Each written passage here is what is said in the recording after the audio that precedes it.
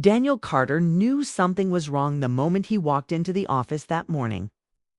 The building looked the same as always. The glass doors reflected the bright sunlight. Employees walked through the lobby holding coffee cups and laptops. Conversations floated through the hallway like any normal day. But Daniel felt a strange tension in the air, like a storm that had not yet arrived.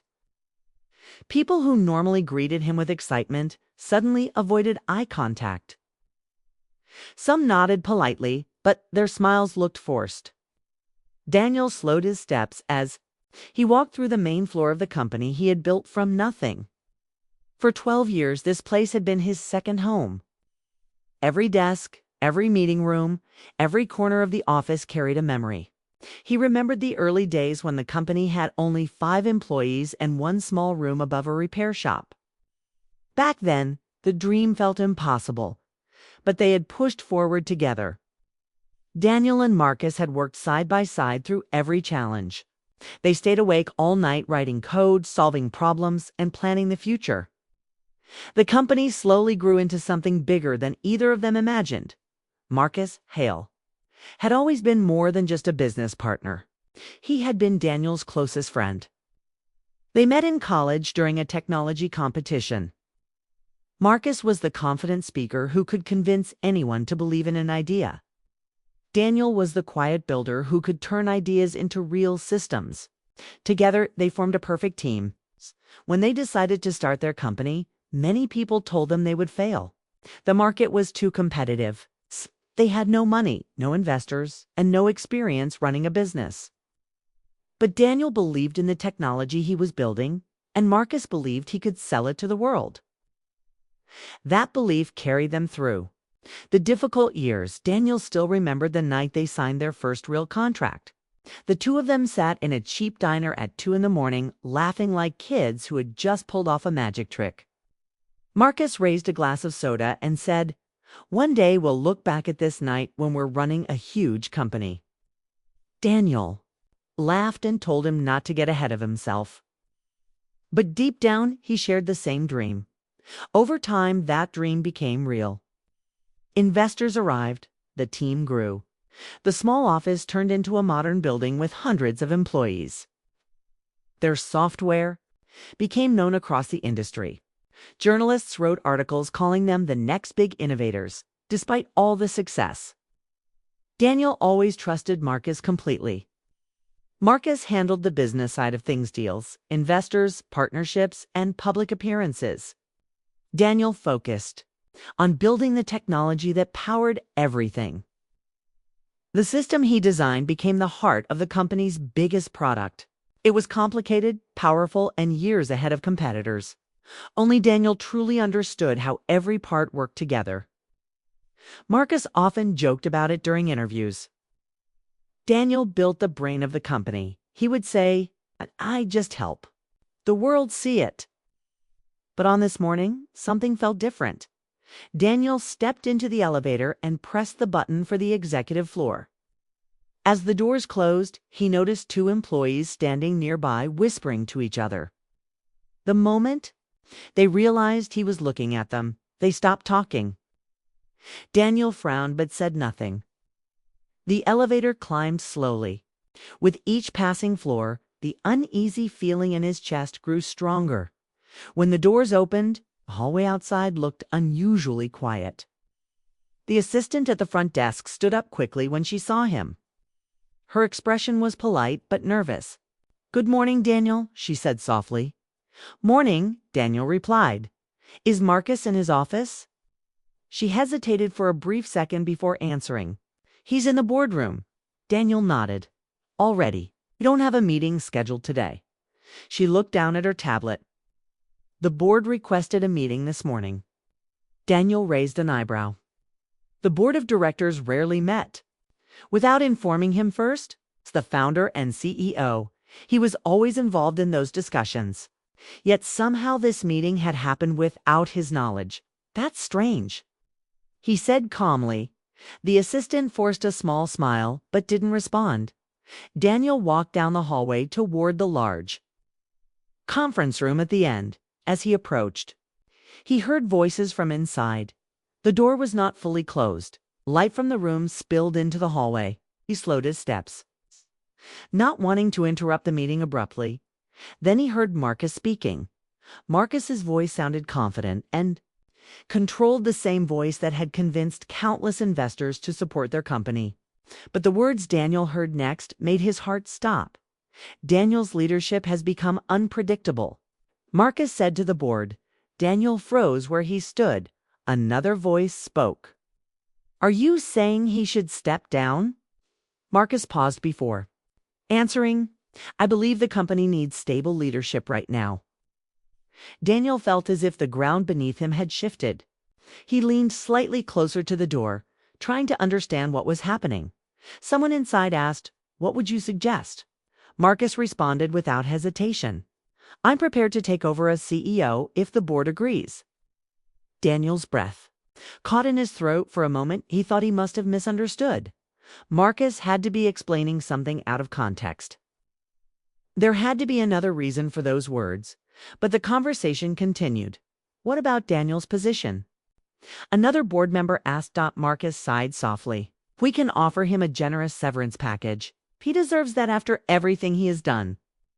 Daniel stepped back slowly, his mind racing. A severance package. They were talking about removing him from his own company. 12 years of work. 12 years of trust. And Marcus was calmly presenting the idea like it was a logical business decision. Daniel pressed his hand against the wall to steady himself. The hallway felt colder than before. Every memory of friendship with Marcus rushed through his mind at once. The late nights, the shared victories, the endless conversations about the future. None of it made sense anymore. Inside the conference room, the board members continued discussing the proposal. Some asked questions, others sounded hesitant. But Marcus answered each concern smoothly, like he had prepared for this conversation carefully. Daniel realized something painful. This was not a sudden decision. Marcus had planned it. The vote happened soon after. Daniel heard the chairman speak clearly. All in favor. Several voices answered yes. No one opposed. The decision was unanimous. Daniel Carter was no longer CEO of the company he created. Daniel stood in the hallway for several seconds after the meeting ended. His thoughts felt strangely quiet. Instead of anger, he felt a deep, heavy disbelief. How could Marcus do this? Why hadn't he said anything earlier? Why had he chosen betrayal instead of honesty? The conference room door finally opened. Marcus walked out first. The moment he saw Daniel standing there, his confident expression disappeared. For a few seconds, they simply stared at each other. Marcus looked shocked. Daniel, I didn't know you were here. Daniel's face remained calm, but inside his chest, his heart was pounding. I heard enough. Marcus ran a hand through his hair.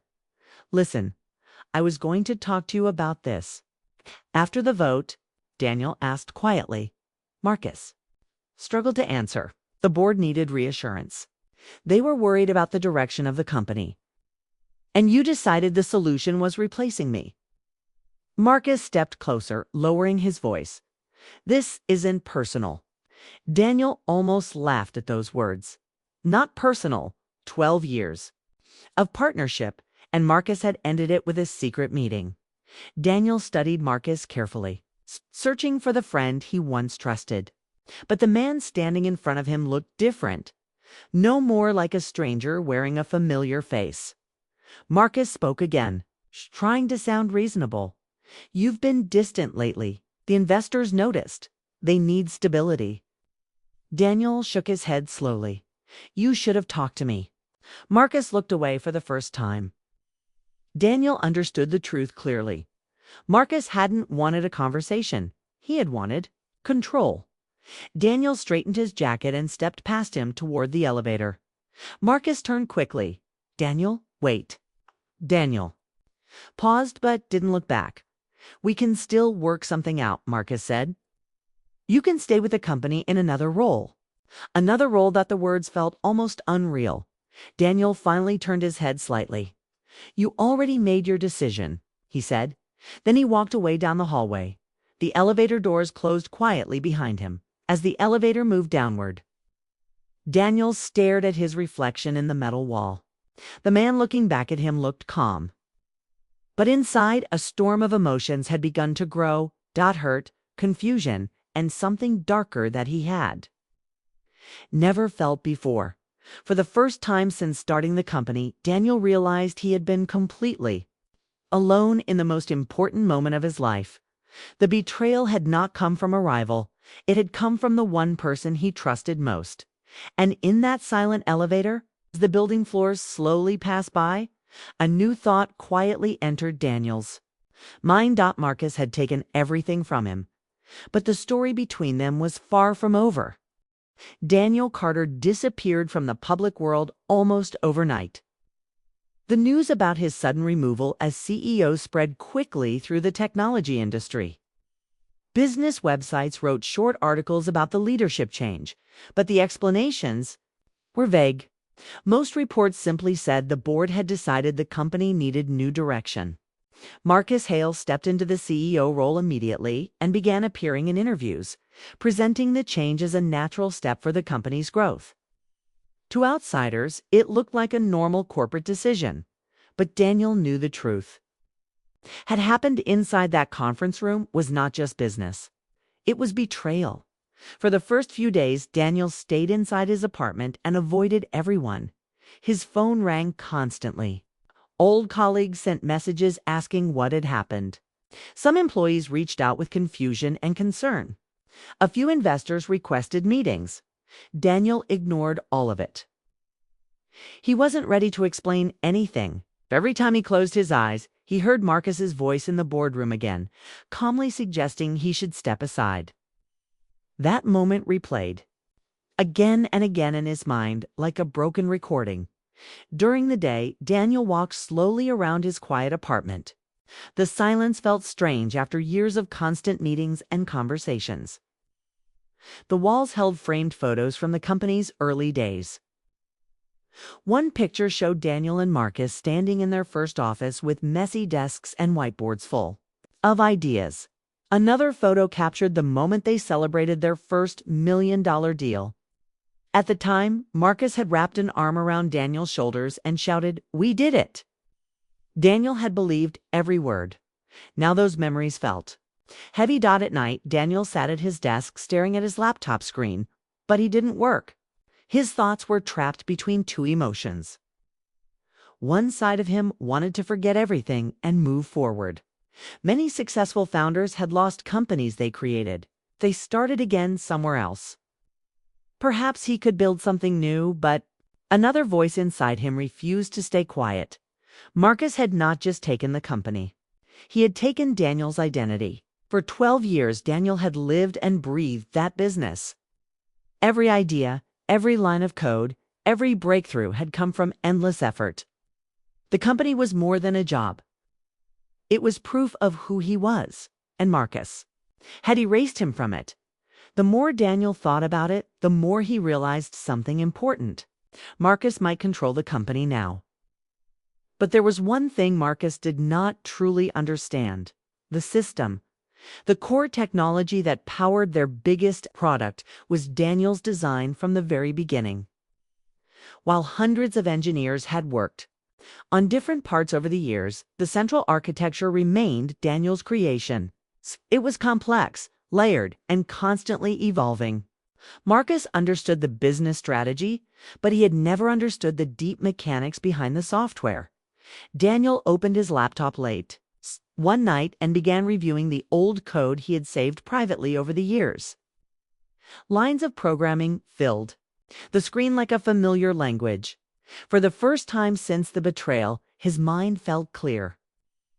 He started tracing the structure of the system, studying its strengths and weaknesses. Soon an idea formed. What if he rebuilt it? Not the same system, but something better. Something faster, stronger, more efficient. Daniel knew exactly how to do it. The next morning, he began working. Hours passed without him noticing. His fingers moved quickly across the keyboard, writing new frameworks and reorganizing the architecture. He simplified processes that had grown complicated over time. He designed smarter ways for the system to communicate between servers. Piece by piece, a powerful new version began to take shape. Days turned into weeks. Daniel rarely left the apartment except for short walks. His routine became simple. Wake up, drink coffee, write code, and keep building.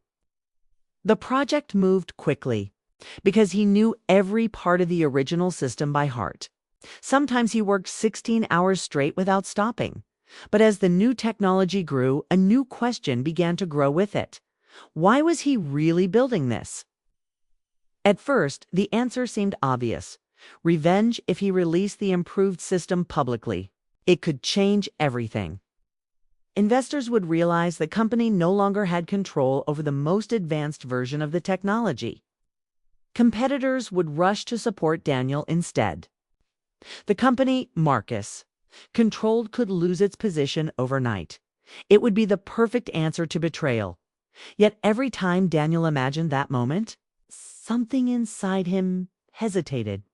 He pictured the hundreds of employees still working at the company, engineers who had trusted him, designers who had stayed late to finish projects, young developers who believed they were building something meaningful. If the company collapsed, their jobs would disappear. They had done nothing wrong. One evening, Daniel pushed his chair away from the desk and stared at the ceiling. The room was dark except for the glow of the laptop screen. The new system was almost finished. Only a few final improvements remained. He leaned forward and placed his hands over the keyboard. With one announcement, he could reveal everything. He could show the world a system far beyond the company's current product. He could prove Arcus didn't control the technology anymore. The power to destroy Marcus's success sat right in front of him. Daniel's fingers hovered above the keys, but he didn't press anything for the first time since the betrayal. He realized revenge might not feel the way he imagined. The anger was still there, but something deeper had begun to challenge it, and Daniel knew.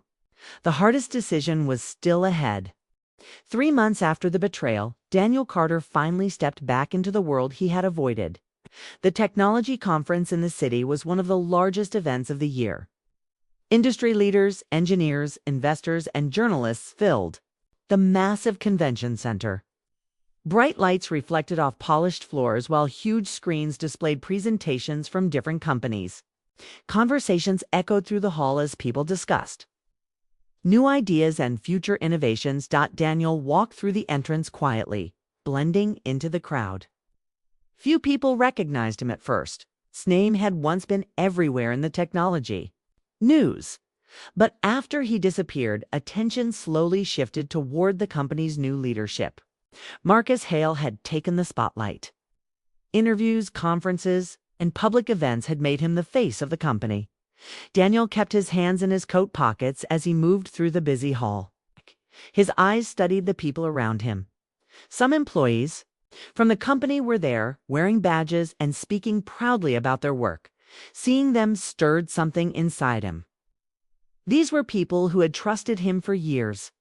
Many of them had joined the company because they believed in his vision. A large screen near the center of the hall suddenly displayed a familiar logo. Marcus's company was about to give a presentation. Daniel stopped walking. Curiosity and tension pulled him toward the stage area where hundreds of seats faced a bright platform. He found a quiet spot near the back and sat down among the crowd. Moments later, the lights dimmed, and Marcus Hale walked onto the stage. Applause filled the room. Marcus smiled confidently and began speaking into the microphone. His voice carried across the hall with the same smooth confidence Daniel remembered. He talked about innovation, progress, and the future of technology. Large slides appeared behind him, showing graphs, product updates, and ambitious plans for the next year. To most people in the room, Arcus looked like a successful leader guiding a powerful company forward. But Daniel noticed something others didn't. Marcus looked tired. His smile didn't reach his eyes the way it used to. His speech sounded practiced, but there were small pauses where confidence seemed to fade for a moment. The presentation moved quickly, yet Daniel could tell something. was missing. The system updates Marcus described were minor improvements. Nothing groundbreaking.